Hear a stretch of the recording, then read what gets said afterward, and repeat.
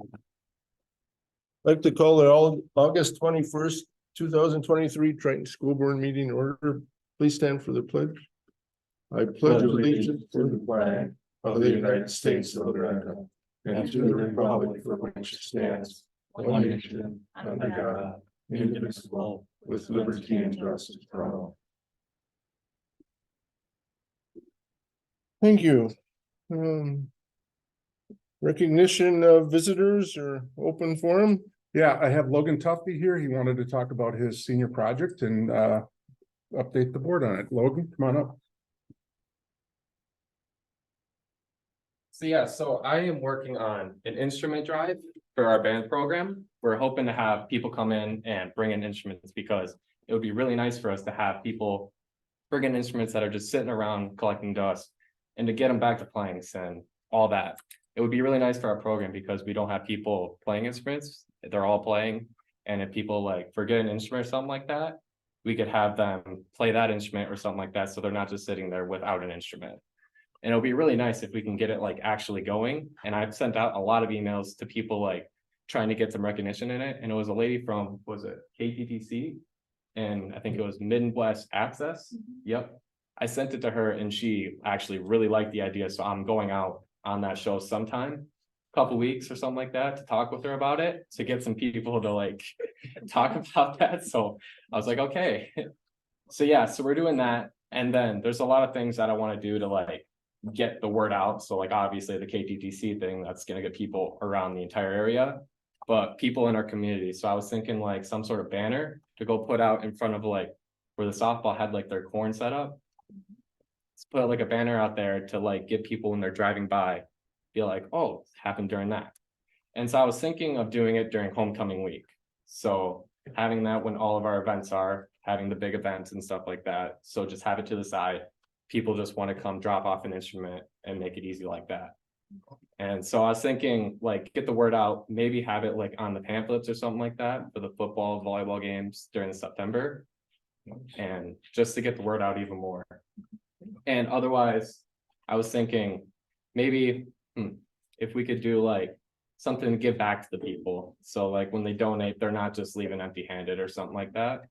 So I talked to Schlichting about this and I said something about like a 10-punch activity pass, but that's kind of too much to over. So then I said it gets complicated with auditing and stuff.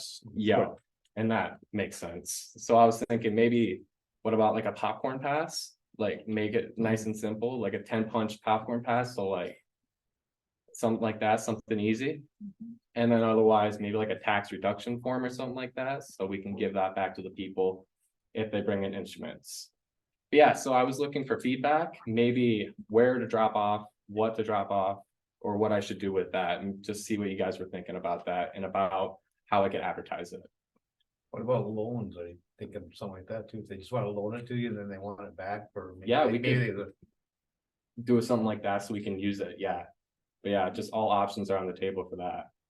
It's a great idea. I think you'll have more kids that are reluctant to get in, especially if they have instruments. Yeah, exactly. And just having those instruments to the side, if one breaks, we got one ready.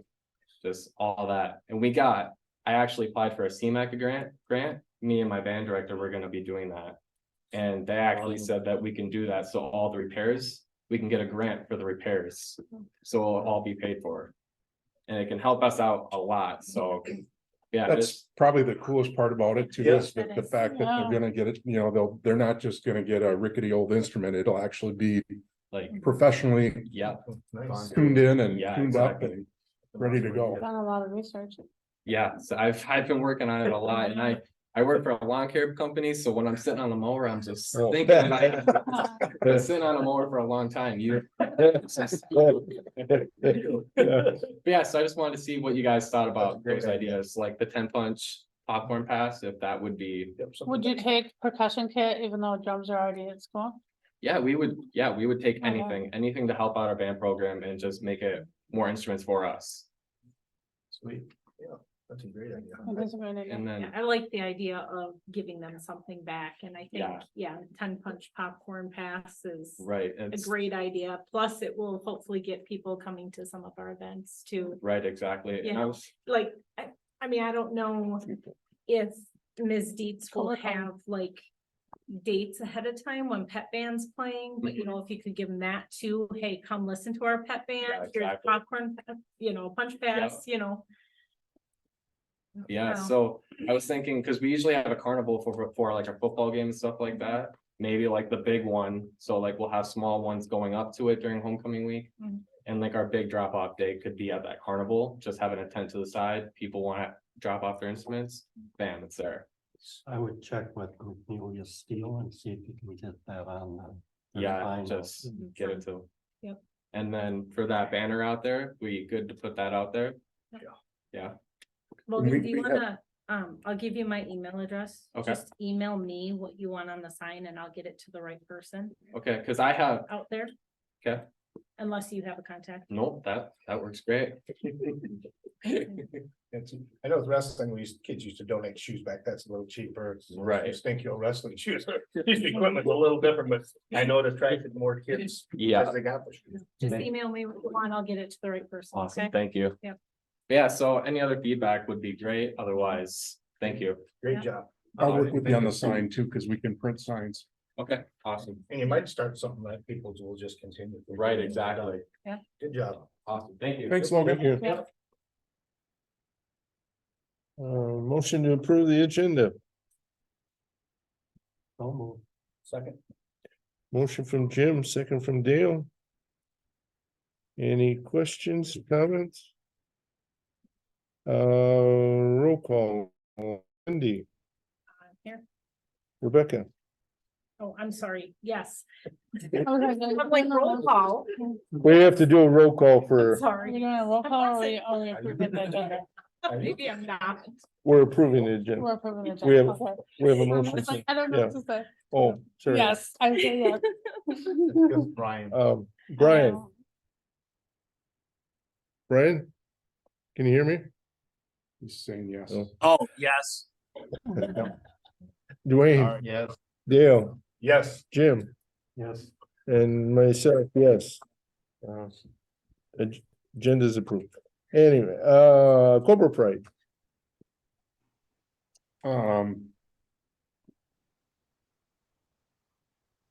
Could I have the four of you stand up? It's easier to hear. I really want to recognize the admin team that, these guys are here a lot in the summer. Corey, Luke, Shane, Tricia, you guys are all doing amazing things, and I just want to recognize you for that.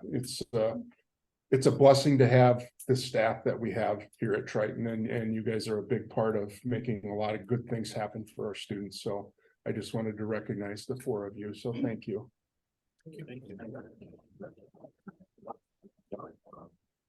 You heard it once this year anyway, right? So start off the year right. Huh? Okay, motion to approve consent agenda. So moved. Second.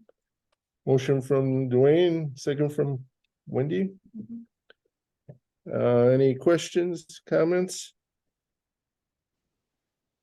Again, roll call, Wendy, Yes. Rebecca, Yes, Dwayne, Yes. Brian, Yes. Dale, Yes. Jim, Yes. and yes for myself, White. Any, okay. New business. Approved Triton Elementary School Student Handbook for 2023-2024.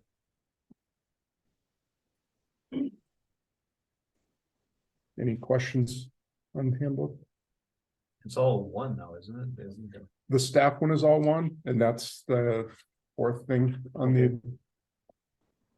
But the elementary, middle, and high school all have a little bit differences, but that's. based on the same template. So can I just ask a question about how is the handbook gonna be like disseminated to families? What are we gonna expect back as far as, yes, I've looked through it and all of that. I think that kind of goes for all three. Yep. Levels and question.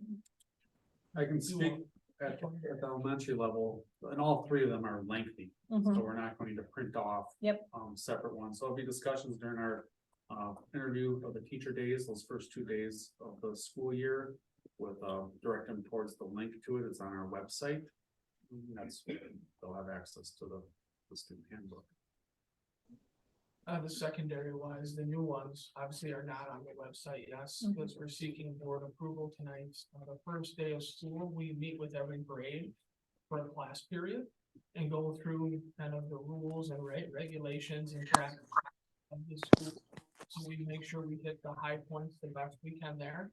And then in terms of parent-family communication, it would be a link on a Cobra connections that go out. And as long as you mentioned that, I'm just gonna mention it too. We've kind of, they decided that they were getting more views by having them separated rather than having one district newsletter to separate them again. So, That makes Um, sense. just so you know, I'll move to approve Triton Elementary School Student Handbook. I'll second. Excuse me, motion from Jim, second from Wendy. For 7-1, any questions, comments? Rebecca, Yes, Wendy, Yes. Brian, Yes. Dwayne, Yes. Brian, or Dale, Yes. Jim, Yes, and yes for Lloyd. Okay. 7-2, approved Triton Middle School Student Handbook for 23-24. Make Oh. motion. I'll second. Motion from Dwayne, second from Rebecca. Any questions, comments? Rebecca, Yes, Wendy, Yes. Brian, Yes. Dwayne, Yes. Dale, Yes. Jim, yes, and yes for Lloyd. 7-3, approved Triton High School Student Handbook for 2023-2024. I'll make a motion to approve the high school handbook. I'll second. Motion from Rebecca, second from Wendy. Any questions, comments? Okay, Rebecca, Yes, Wendy, Yes. Dwayne, Yes. Dale, Yes. Jim, yes, and Brian. Yes. Keeping him on his toes. And yes for Lloyd. 7.4, approved staff handbook for 23-24. and this is the one that's all together. I'll move to approve 7.4. Second. Motion from Jim, second from Dale. Any questions, comments? Okay, Wendy, Yes. Rebecca, yes, Brian, Yes. Dwayne, Yes. Dale, Yes. Jim. Yes, Yes, for myself. 7.5, discuss and approve policy updates. I know there was a lot of them. Any questions?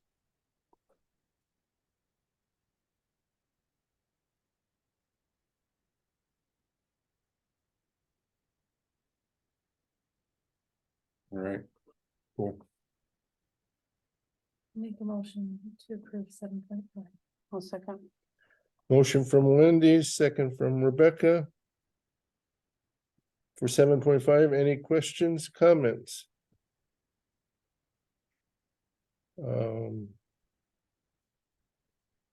Rebecca, Yes, Wendy, Brian, Yes. Dwayne, Yes. Dale, Yes. Jim. yes, Yes for Lloyd. 7.4, discuss and approve resolution for appointing an identified official, which I guess is Craig, Yeah, with authority for the external user access recertification system. That was So- 7-6, so. Oh, sorry, 7.6. so basically, there's a state system. And whenever somebody needs access to something. I'll give you an example. One of the high school or Luke needs access to the disciplinary reporting system. I have to give him permission to be in that system. So there are probably 50 different people in that system and there's a lot of different reports. So whoever needs to access that system, then it's myself that goes through and gives them permission. So. The thing that has to happen is the state actually needs a copy of the resolution. From the board meeting on school letterhead, and Tina's already got way ahead of me on that. Then we'll send that to them tomorrow morning after the board meeting, and then they'll recertify me to be that person. So do you gotta give me like a code number or something that the state gives you, or how's that? It's a username, password. Okay. Yep, and then what I do is I can go in and I find the different people by email. And then once it gets approved, then they have the permission. And it's sometimes that simple and sometimes. Yep. It's not. Because sometimes it's like you'll approve them for a system and they'll have different permissions, like district user, regional user, building user.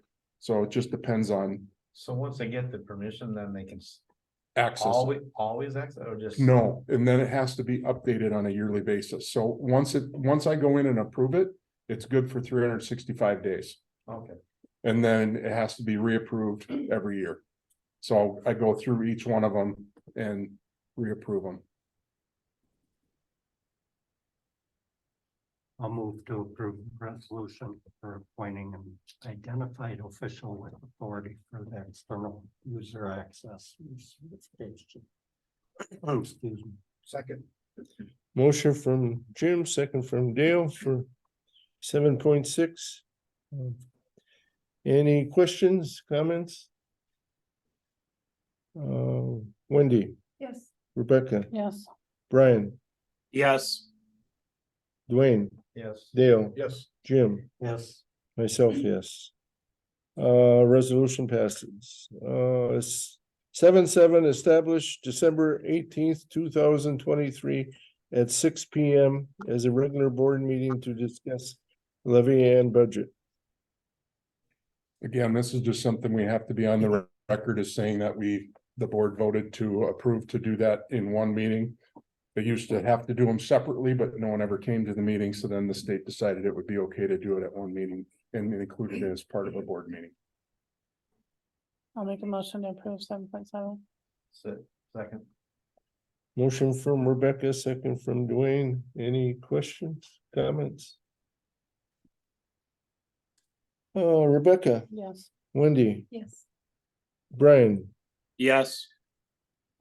Dwayne, Yes. Dale, Yes. Jim, yes, and yes, myself. 7.8, discuss and approve reauthorizing safe learning plan. It hasn't changed. But we have to be on the record again every 6 months saying that we've reauthorized it in order to be eligible for the ESSER funds. So we'll keep that on there. And at some point it'll go away because the funding will go away. Make motion approved 7.8. I'll second.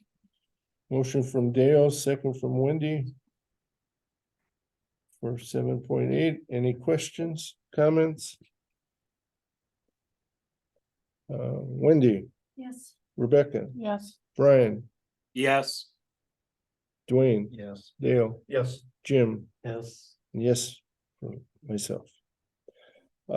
Zed report.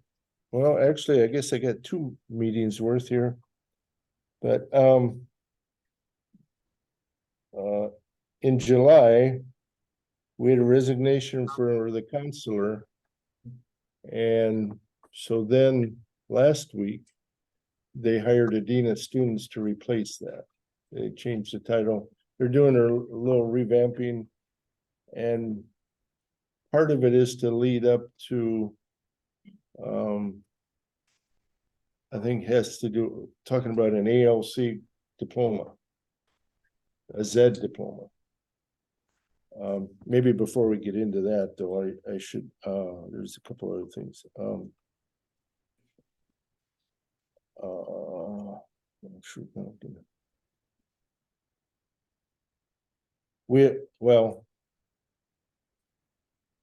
we had a presentation, well, I guess. Oh, we approved it, okay, resource officer contract with the city of Casson. I guess that was 30,000.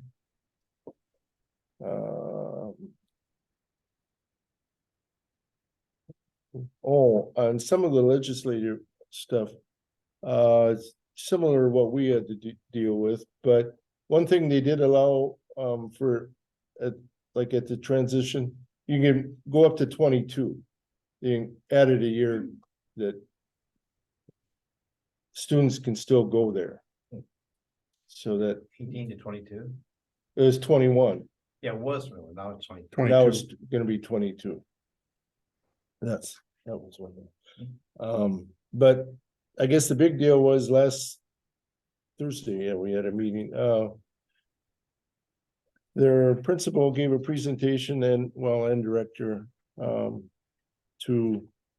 they would like to be able to present their own diploma involving 24, it required 24 credits.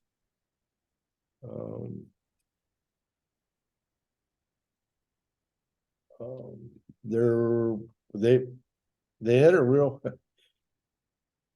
a lot of the districts have different numbers of required credits. Stewartville is 24, we're 28, Casson's 28. I don't know, Byron's 28. are they somebody's 27, and I think Hayfield's like 25, maybe Blooming's 25. 25. And then they feel that some students are maybe just a couple credits short and they won't come back to, so they just up and quit. So where they can get by with 24. And they have another they have one English teacher. And trying to fulfill all the different requirements for all the 6 districts. Gets complicated. We're basically pretty standard. We do have a PowerPoint, I guess, that I'll share the PowerPoint on Monday. I've talked with Mr. Luderman about it. I feel that, in my opinion, I think it would be best for Zed to get the high school principals together and get an agreement. Because to just say that a kid can now get a diploma with 24 credits and leave here, I feel is dangerous. And I know that they have to approve any student that comes there, but it does create an adversarial competitive environment that I don't think is healthy for us as a district. Especially the districts that require 28 credits versus the 24. they're claiming there's kids moving already. Supposedly there's kids from going to Stewartville because they're 24. And you do have to meet certain standards, or I shouldn't say standard. There's certain requirements you have to meet to get into the ALC. Not just anybody can, you have to show some hardships. And and they use GMC. And not everybody, when they try and keep track of everybody's credits, it's just every district's requirement Are different. Yeah, it gets to be, they're doing it by hand, kind of, and they brought up the point of human error. Yeah. They have a very compelling, at least we thought, I think as a group heard it, they have a very compelling argument. They're one of the few that don't have a diploma, ALCs. They don't see it, and the student could still get a diploma from their home district if they wanted. They're just kind of for that student that's been there since like 9th grade. A sense of community they brought up, and anyway, we will have another meeting before they're pushing to have this in place for this year. So they wouldn't do any of the projects, senior projects or later time. Exactly. No, There's the thing that I struggle with is I get it that they had a compelling argument, but I think to try and do that they've brought this up a couple years ago and then just dropped it. and they said, we'll come back to it. Well, coming back to it with a proposal without meeting with the building principals or the superintendents, to me is moving too fast. I want our high school principal to be on board with whatever is decided. Right now, I just feel like they haven't even been consulted. Well, I think they do intend to. include Right, it. but that's what I'm saying. I know that they intend to, but they already have a proposal of how to do it without talking to our principal. I would like that I think that should be the other way around. They should have worked with them first and then come with a proposal. Because I think there's a lot of things that, and Lloyd's right, there is a compelling argument for some of the things, I agree. But I think some of those things could be worked out if you got the 6 districts together and worked through it. Rather than just come up with a plan that works for them, that really doesn't work for us. And I know, speaking with other superintendents, they're in the same boat as I am. So I think that they're pushing a little too fast. I think they should slow down and meet with people first, get a proposal, and then ask people to be on board. So that's just my opinion. I don't disagree. I think that there's a lot of good things that they're trying to do, and I understand their arguments. And then Lloyd's right, they have some good arguments. But let's look at it from our perspective too, rather than just theirs. Just my 2 cents worth. Well, like I said, hopefully we'll have another meeting Yeah, before we have another Z meeting. So, And so I think the Zed. hopefully we'll have I can't say for sure how fast they're trying to push this. But they don't usually, no, they are trying to get it done for this year, and that's where I just said, because they actually just sent, was it Thursday? yeah. We got the superintendents got the PowerPoint the day that they were gonna present it to the Z governing board.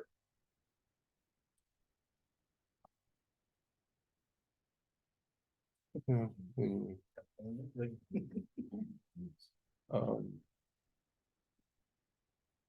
Otherwise, yeah, there are new teachers. They get close to 20 new staff members.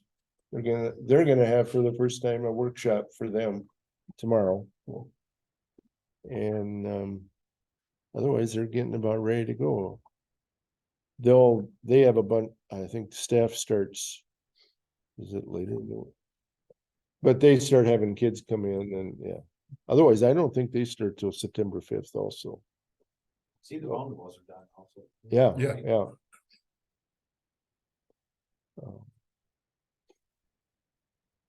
But anyway, any questions? Yeah, ADU report.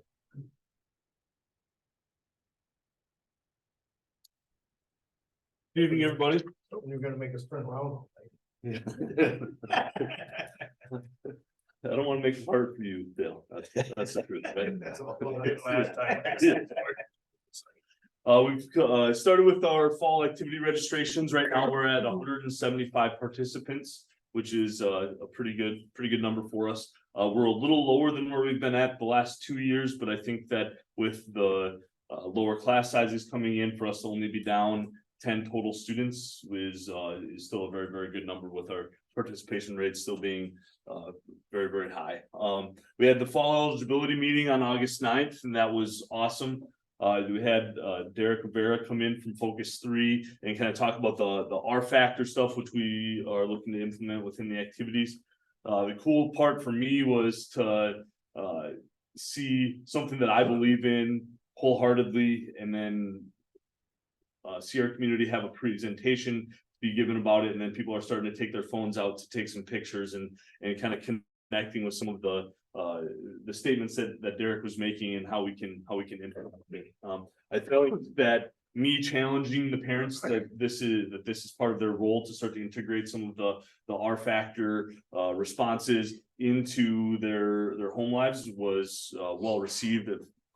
The emails that I've gotten and two phone conversations have all been positive, and I think that's kind of a good thing for me to look at. Is, you know, most of the times we have those PAC meetings and it's like the information kind of goes in one ear out the other, and it's just something that we have to do to check a box. And so I know that we've been a little bit more intentional on trying to give some information on what we do, and I just hope that we can continue to build on that moving forward. moving forward, we're looking to have a super fan meeting later this week in order for us to be able to plan out our events and kind of let the kids come up with the themes for the home volleyball games and the home soccer and home football games as well. So we're looking at doing that on Wednesday. And then we're already looking at home events starting this week. On Thursday, the girls soccer team is scheduled to play Caledonia at 7 p.m. and football plays Maple River next week on Thursday. So it'll be a great couple weeks here where things kind of get rocking and rolling and we get into the swing of things. Is the football at home too? Yep, football's at home. So just wanted to make sure everybody was aware. Shelley Bungham was awarded the 2023 Minnesota State High School Coaches Association Assistant Coach of the Year Award for track and field. So we talked previously about her receiving the Section 1 Assistant Coach of the Year Award, and now this is for the entire state. So this is definitely a huge award that Shelley has definitely earned by her work with the track program, and really makes us proud, right? We were proud of Shelley before this. This just kind of sets her apart from other people and gives her the recognition that she definitely deserves. So Is that something that could be on that wall too, with painting for kids or not?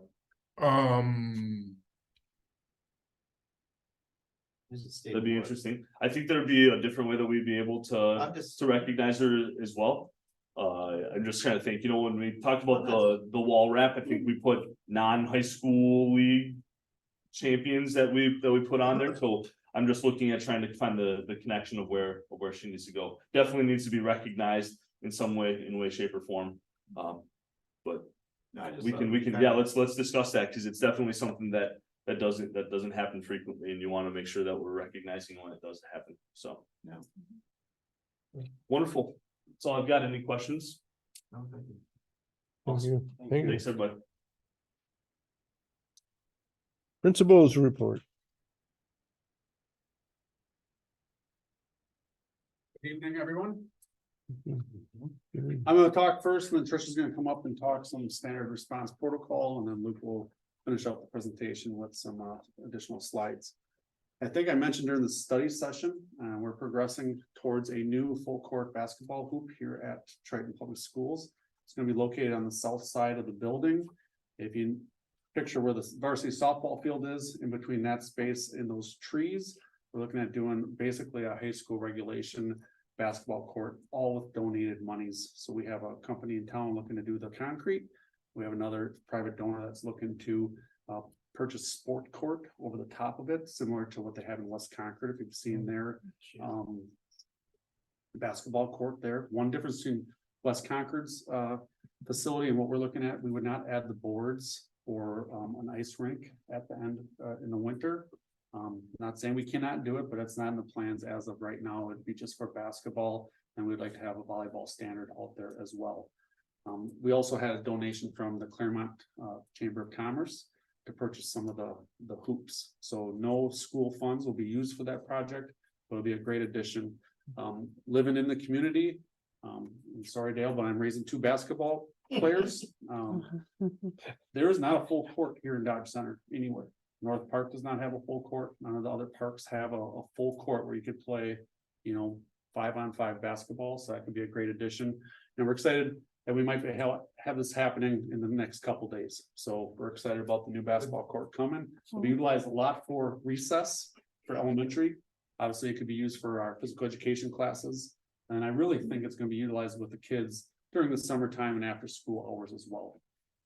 So we'll have lights and stuff then too, or? We do not have a plan for lights as of right now, but I know in talking with Corey and with Mr. Hagan, there's talks of potentially moving towards lights on the softball field. So if we had poles of lights going to the softball field, and envision maybe you could have one more bank facing the other way, and that would light up that space pretty well also, but that's down the road. But we have talked about adding lights to the softball field.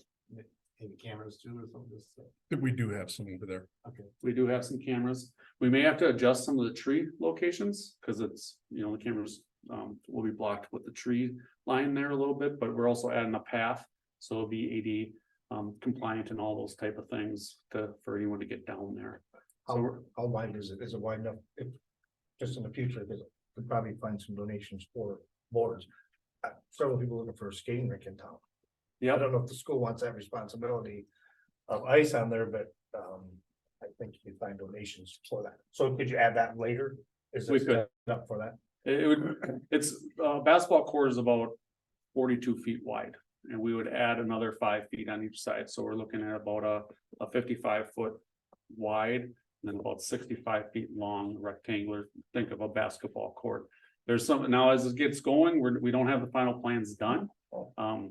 I'm meeting with Sport Court next week, Wednesday, and I'm meeting this week with some people in town that are looking at doing the concrete part of it. So there's some different alignments that we're looking at, and I would have to work with Mr. Schlickman if we wanted to go the boards route. I know that we would have some people interested potentially, but it also adds some liability to the Right, school being right. on school grounds. But also we could have buy-in out there. Ice also. It wouldn't be a bad thing. And it'd be an upgrade from the baskets that we have for the Right, kids, yeah. especially at recess. The hoops are gonna be adjustable, and then we have a system where we'll be able to lock it so it's not adjusted after we put them back up to 10 feet at the end of the school day. And the hoops that we're looking at are a steel backboard, so they should last, and they've got a commercial warranty on them as well, so they should last for years to come. We have a whole slide Mr. Luderman put together for thanking summer staff, but I also wanted to thank all the summer staff. A lot of work happens in the school during the summer behind the scenes. The custodians did a great job. This is probably one of the quickest summers of getting everything ready for our teachers, and the school's just about ready to go. Right now, also our technology department, Rebecca Goosens, Nicole Dolam did a lot of work replacing televisions and bulbs and projectors and all that type of stuff. And you can see the Chromebooks are ready to roll out. So thank you to all the staff that worked over the summer. That includes our targeted services. We did have 4 weeks of academic targeted services. We also had 2 weeks of behavioral targeted services. And we had a number of staff that worked with that in conjunction with Zed, making those possibilities for our students. I talked a little bit about the student handbook. We will start again. Our first 2 days of the school year will be those teacher interview days, parent-teacher conferences. Those signups have gone out. They're filling up quickly. Those will take place on the 5th and the 6th. We go a little bit later into the evening on the 5th, and then we end around 3:30 on the 6th, so that the teachers can get out of here and be rested for that first day of school on September 7th. 2 other exciting things that are happening in the elementary school. We've been using FastBridge as our universal screener for K-3 for a number of years. We are now going to use it for a universal screener from kindergarten through 5th grade. And through the University of Minnesota, we put together an elementary team to dive into those data points so that our targeted instruction can match up where we're lacking. This is a great training for our staff and for myself, and it should lead to more intentional teaching and improvements in our reading and math scores. In addition, press training, go ahead. One thing that's really cool about this with the new READ Act that came out, Shane's well ahead of the game with being in compliance. A lot of the things that are required with the new READ Act, he's already doing. So I feel good about where we're at with FastBridge and the press training. Those are all things that are going to help us be compliant as we move forward. Yep. So, And press trainings, not to get too deep into a MTSS model, but tier 1 instruction is what all students receive. And then as we're a title school, we do have instruction for tier 2 kids that need some more one-on-one small group instruction, and even tier 3 with that very intentional implementation of interventions with students. Press training will happen in the classroom as a classroom-wide intervention. Anytime a classroom has 50% of students that are not making adequate progress or showing mastery of a standard, our classroom teachers will do a class-wide intervention with that class. This is not brand new to Triton Elementary. Nancy Stuckey, about 10 years ago, jumped into press training. Matter of fact, some of our teachers were even in some of the training videos. With all the turnover of staff and retirements and what has happened in the last 10 years with the teaching profession, it's time to bring that back and get all of our teachers trained again in press. Our veteran teachers that have been through it are super excited to get a refresher on it, and for all those other new teachers in our building to know what press interventions are. So that's another University of Minnesota. It goes hand in hand with the READ Act. Those 2 will be good things for Triton Elementary School and should serve us well for years to come. And last but not least, we're excited for the upcoming school year of 23-24. Any questions on the elementary? I'm gonna hand over to Tricia and she's gonna talk some standard response protocol. Thank you.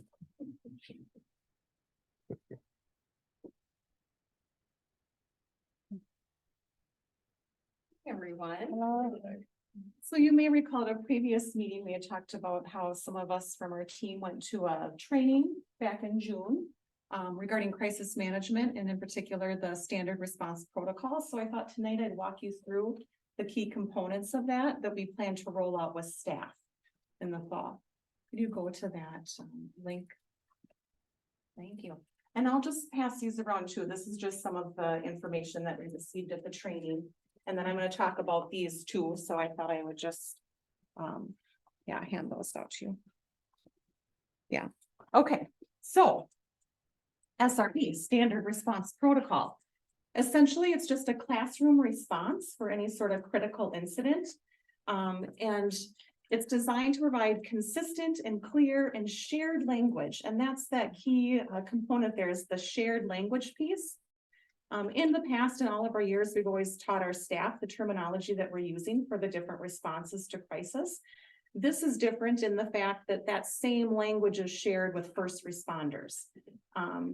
I know often in the past, we would use the term soft lockdown, and that was sometimes different than what law enforcement would consider a soft lockdown, and that would cause some confusion. So the great thing about this is now we're all using the same language.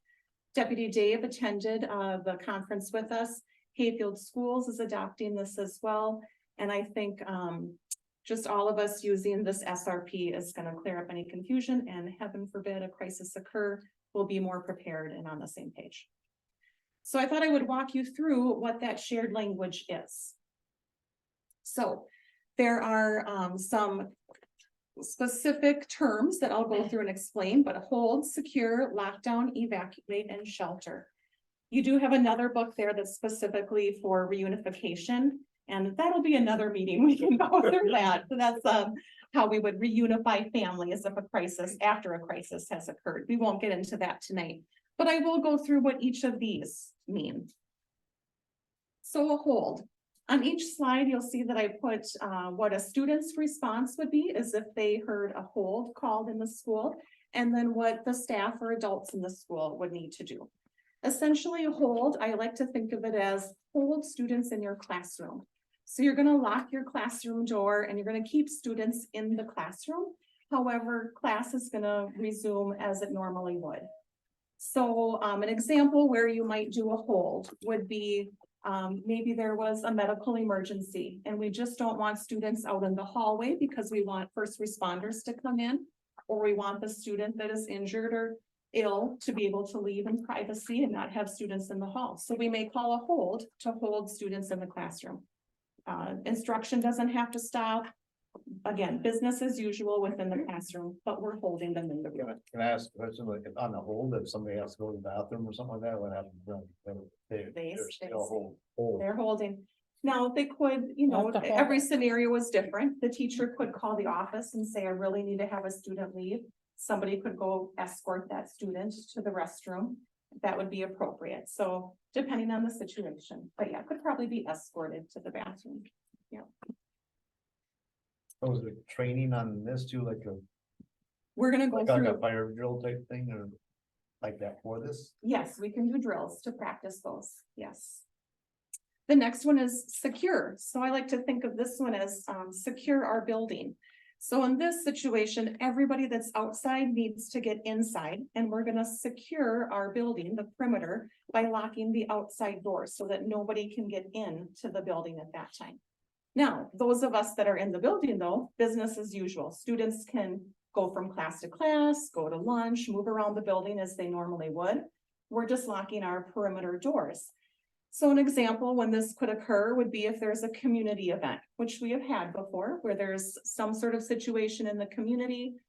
We just want to be cautious and make sure that nobody can get into our building. So we just bring everybody inside, we lock our doors, we increase our situational awareness is what they refer to it. So it may be that we're in a secure, but maybe then we need to go into a lockdown. So we're just ready for that if need be. So is there signs or something on the windows or doors or? We do have signs that we can put on the doors, even when we're doing a lockdown drill, there's signs that we can put on the doors, yeah, to alert people that are outside. So then. If this occurs in the past, when this has occurred, we've done a message system, we've used our messaging system, so our families are aware of that. And our new doors help lock that, so it's kind of cool. So that's secure. And then lockdown, lockdown, as you may recall, I believe it was back in 2016, we trained our staff on the run, hide, fight plan for lockdowns. We're still sticking with that. We're not changing that. Students and staff or any adults in the building still have those options available to run if they can get to a safe place, hide wherever they can that's most safe, and as last resort, of course, fight. So our staff has been trained on that and we go through that every year. That has not changed. With hide, I just made a note of that though. In this lockdown, they really just emphasize lockdown, lock the door, lights out, and be silent. So we'll be more intentional of just practicing that too. So whenever we do those drills, students can think about, okay, where am I in the building? Where would be a safe place for me to hide in this classroom or to exit if I choose to run in those situations? Now, if a student or staff does choose to run, we do let them know that there are a couple of safe places, what we call them rendezvous points, that they can go to. So if somebody runs to the west side of the building, it's the Fairview Nursing Home, and we have that established with Fairview. They know students and staff could end up there as a safe place to wait. And on the other side, the east side, it's the Faith Lutheran Church. And then it would be our job to, once the crisis has been contained or resolved, then we would get those students to take to our evacuation site and then do our reunification plan. Again, a lot of working pieces go into that, and we can talk about that at another time. But run, hide, fight. So lockdown. And that's where these come in. So one of the things with a lockdown, of course, it's going to happen fast. You're going to be scared. You're going to be feeling nervous.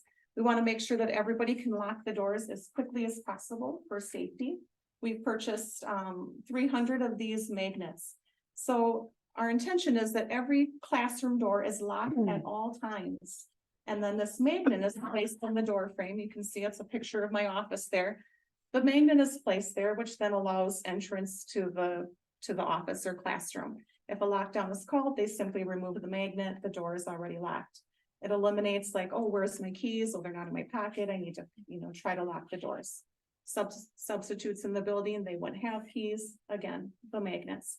So we're going to make sure that every staff member has magnets in any door, classroom, office, whatever they inhabit here in the building. One thing they talked about, the training, a locked door has never been breached in a crisis situation. And that's why we just thought that was important to make sure that all of our doors, that will be a different thing for staff, but all doors will be locked and we'll have magnets. We've kind of done that in the past, but it was kind of optional, but this year These are much better than all the other options they had all the years when they first started that. yes. Yeah. Simple, easy, and it's effective. Should put our name on it or a logo, so if the kid do take them, at least they have some advertisement.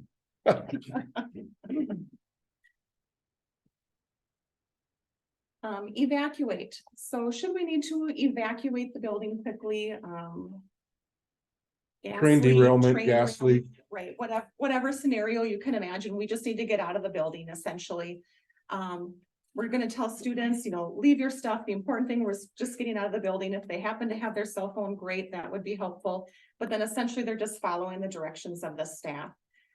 We have told our staff our default location is the football field. So if we're gonna evacuate quickly, we're going to the football field and we have a plan in place there where different buildings will be. And then from the football field, we determine, are we going to return to the school? Is it safe to do so? Are we going to do an early dismissal and need to have students picked up from the football field, or are we going to evac to our alternate site to do reunification? So essentially evac is just get out of the building and then we determine what to do from there. And then lastly, shelter. This is for tornado, hazmat. I took off the tsunami and the earthquake and all of that and just love this. But essentially, if, if we need to, the adults are gonna instruct the students what we need to do to be safe and shelter at that time. So to sum it up, again, there's that shared terminology that we're going to be using, and we'll be explaining that to staff as well. And then our crisis management team will meet throughout the school year to talk about drills and also to work more on that reunification plan, which was the specific intent of that training that we went to. We got to practice that, and we definitely have some great ideas to help firm up our own plan that we had in place previously for that. All of that information can be found on our Triton Crisis Plan website. It originally came from the iloveyouguys.org organization. And then we'll just let staff know to talk to administrators or Deputy Dave if they have any more questions regarding the SRP. So it's not really changing anything we had. It's more just giving us a shared language to use. The other thing it does is it kind of cleans up some of the language because the state came out with some new laws as far as active shooter drills. We're not doing active shooter drills according to what we're doing. And that cleans up a lot of that. So it's if you are doing an active shooter drill, students can opt out and all those things. So that's where it's like, we're not doing that. We're sticking with what we've been doing, and I think it's good, and it's still good to practice and talk through things.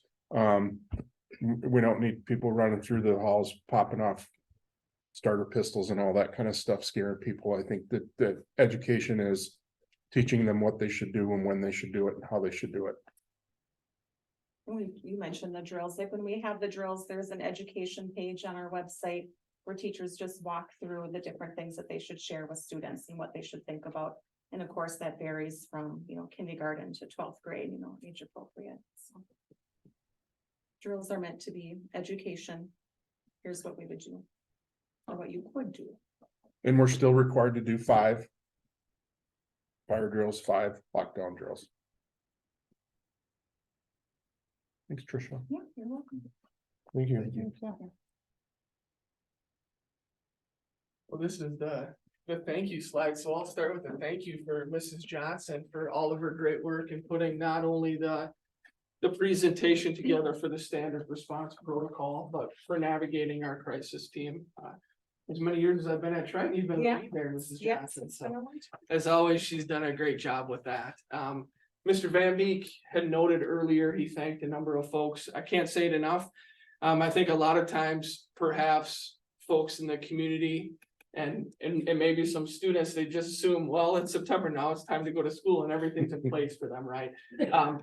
I'd like to think that's the case, but a number of our staff have worked tremendously hard from graduation on June 4th or 5th. I can't remember the exact date until now. So kudos to those folks for making sure our building's prepared. And we don't just want to redo the school and wax the floors and expect things to improve, right? So there's a lot of work on the back end to make sure, yes, our building's prepared, but our educational programs are improved for our students too. So excited about that. I try to list as many folks as I can, the folks that take care of the building with maintenance, our administrative assistants, our teachers. As you can see, they did some PLC work and have been engaged in a number of things throughout our summer months. The technology team, can't say it enough with the team we have. Absolutely fantastic. It's such a pleasure to work with them when I'm like, hey, have you thought of this? Yes, and here's the plan. So they're usually a step ahead of me. So that's a great thing to have great teammates like that. The folks on the administrative team, a wonderful group to work with. The district achievement team, we'll talk about this a little bit. It's our the district achievement team. They guide our PLCs. So if you think about that, our process for continuing to learn and continue to improve as a teaching staff, as we refine our practices and craft, the district achievement team really takes the lead on steering professional development for our school and district. And those folks have been in here this summer too. So a special thanks to all of them and many more. I probably forgot some folks up there, but staff has done a wonderful job in preparing for the school year. So thank you. We talked about PLCs a little bit and driven by the district achievement team. And if you think about a school strategic plan, you're like, okay, what does that mean, right? Really, with the district achievement team, what we're trying to do is synthesize that down and come up with some strategies that we know if we implement them with fidelity, will have an impact on our students and will have an impact on our student achievement. So conversations and focus with this group, we want to make sure that staff have an opportunity to offer feedback and help guide those decisions. So the late starts, okay, if you haven't heard this directly, I want you to know that educational professionals in the district greatly appreciate the opportunity to have that professional development time.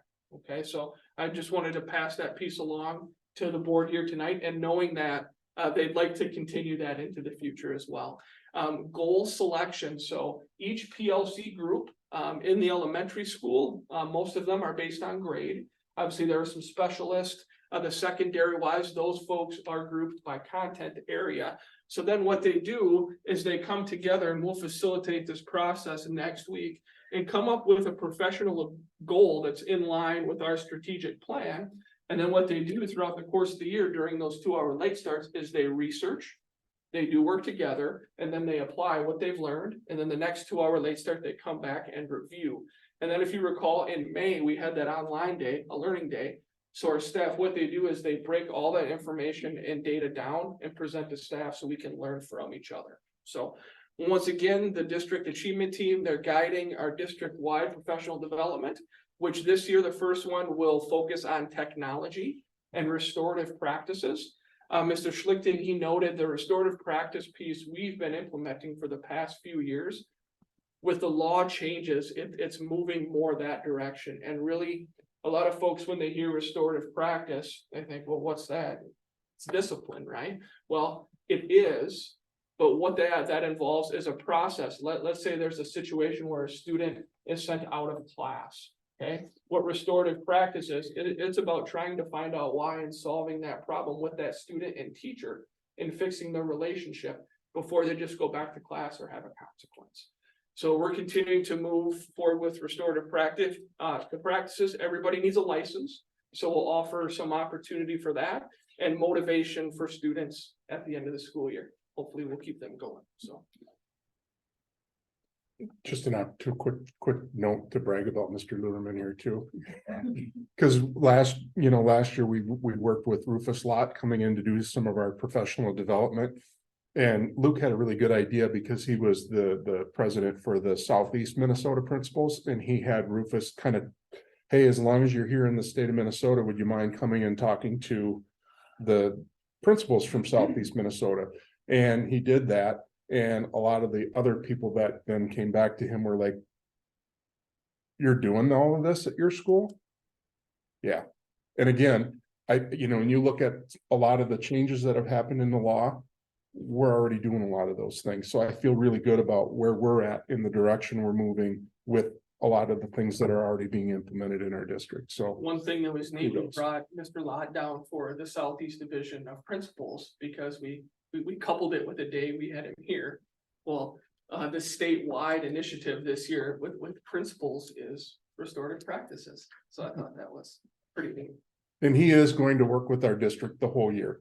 Last year we had him down 2 different days, and the feedback that staff was very positive with some of the things that he was doing, and I'll talk about that in my update. But go ahead, Mr. Miller. I think we're good here. You can go to the next one.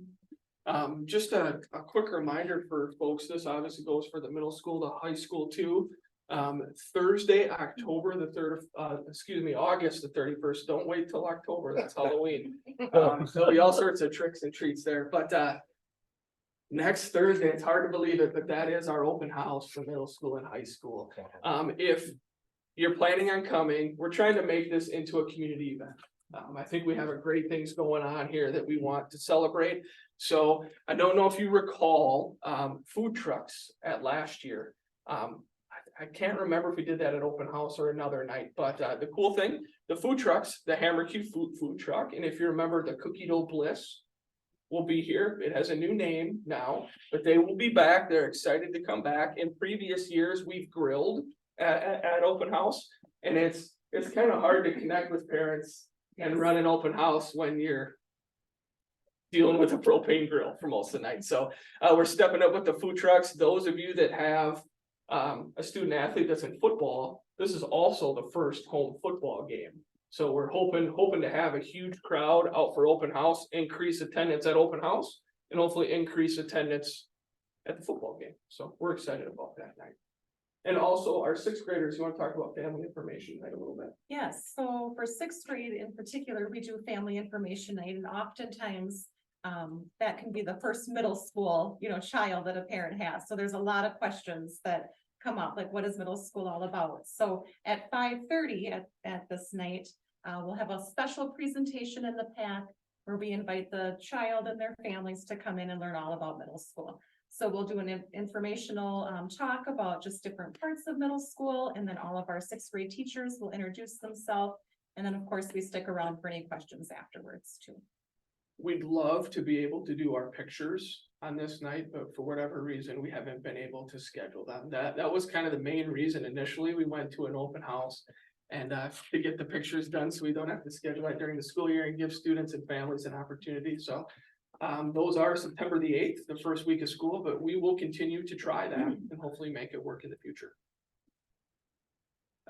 Orientation experiences, if you recall the first day of school, just wanted to remind folks, because we've tried to get the word out there a number of times, but this is the time of the year where you might be stopped, say, hey, can you explain to me what's going on with the first day of school? So I want to make sure we're reporting and you have information on that. But just a quick reminder, the first day of school, which is Tuesday, September the 5th, just the 6th and 9th grade will be in attendance for students that day, because it's the interview days at the elementary school. So that is going to be the orientation experience for our students on those days. So they will have their orientations in the morning. I know for the 9th graders, we have an activities fair, so they get an opportunity to see all the activities that they can join. And then they will run an abbreviated schedule for the afternoon. So the classes will just be shortened.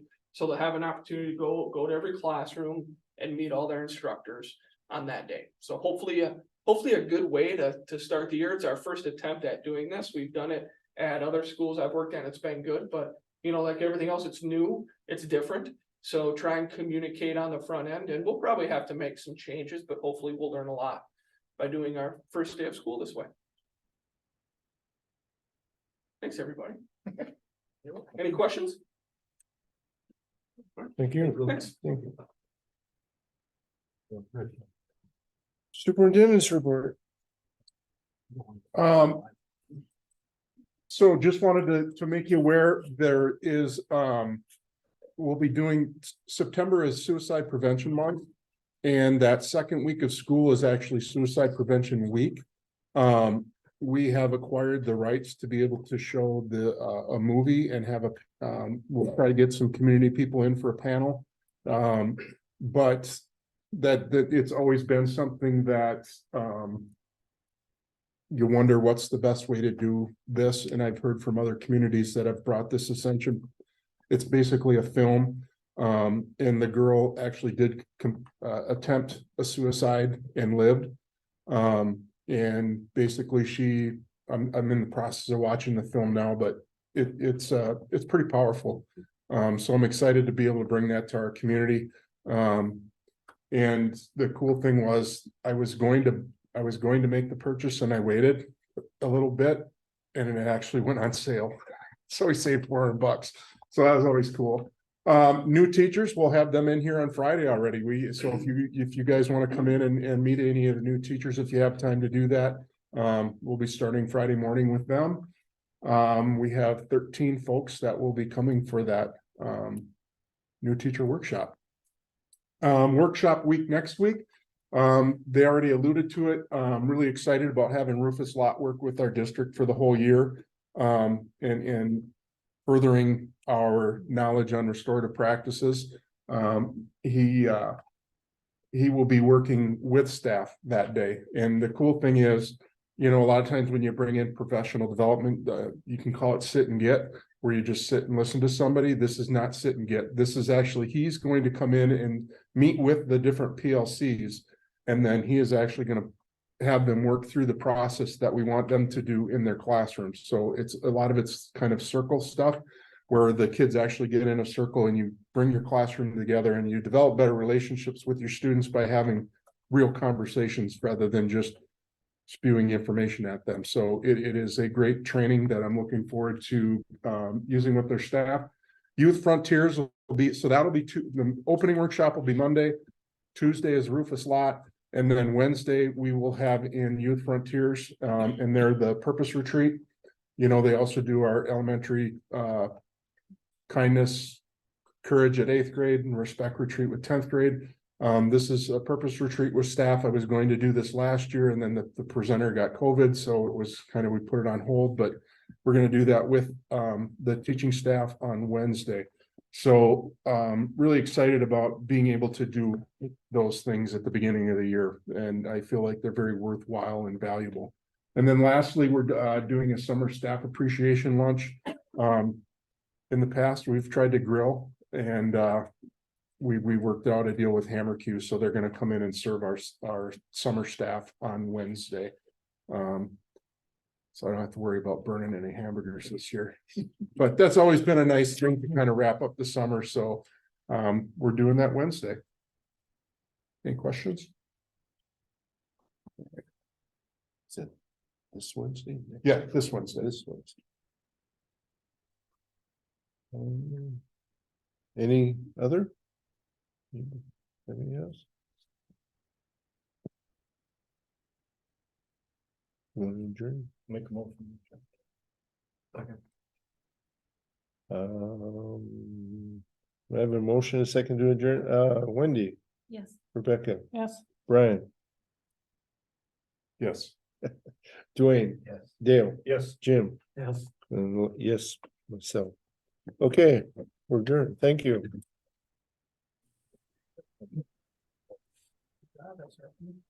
Still.